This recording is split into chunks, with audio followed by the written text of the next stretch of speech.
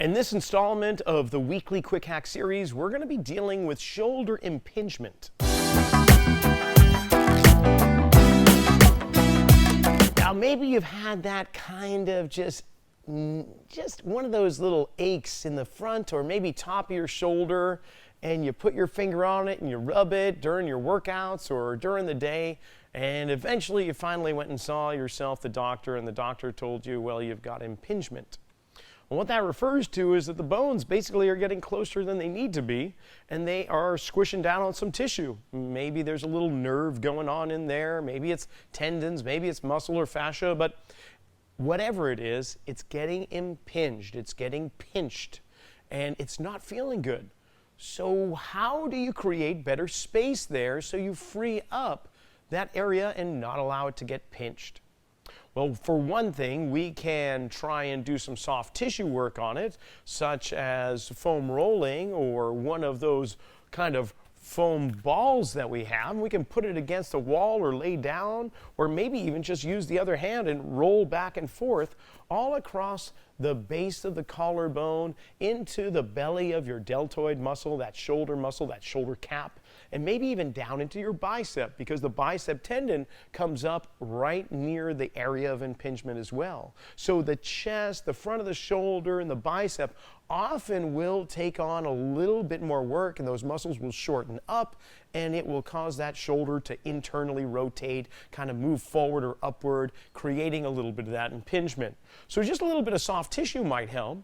And we could do some stretching. For instance, I could just grab onto my trusty, faithful stretch cage here, and I might turn my palm behind me so that I start to lengthen the tissue that goes from my elbow up to my shoulder. And I can simply just take my head and turn away and feel that stretch occur. I can take my other arm and reach back. I can turn my rib cage. I can step back with my foot on the opposite side behind me, anything to try and draw my body away from that outstretched arm.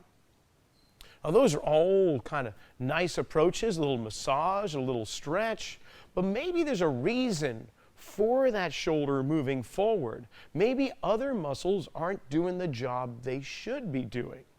So, how do I wake up the muscles on the back of the shoulder to pull it back? Well, one simple one, without weights and just in my own room or whatever, I can just take my knuckles and place them against my temples and draw the elbows together and then pull them apart.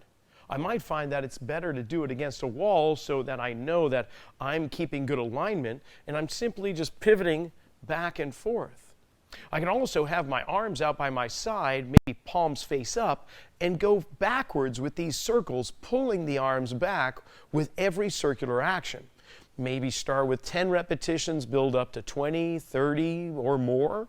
Maybe do a few sets of those and then see what that feels like. And we might find that that just opens up the space. We could do some simple pulling actions too, such as grabbing a rubber band or a cable and just drawing it back. Pulling actions are going to help to try and open up that area, provided that you're aware that the shoulder moves back with the pulling and it doesn't stay forward and it becomes just an arm exercise without any shoulder engagement. So those are just a couple quick hacks you could do. A little bit of massage, a little bit of a stretch, and a little bit of activation. Give them a shot. Tell me how it goes. And don't forget, subscribe in that button down there.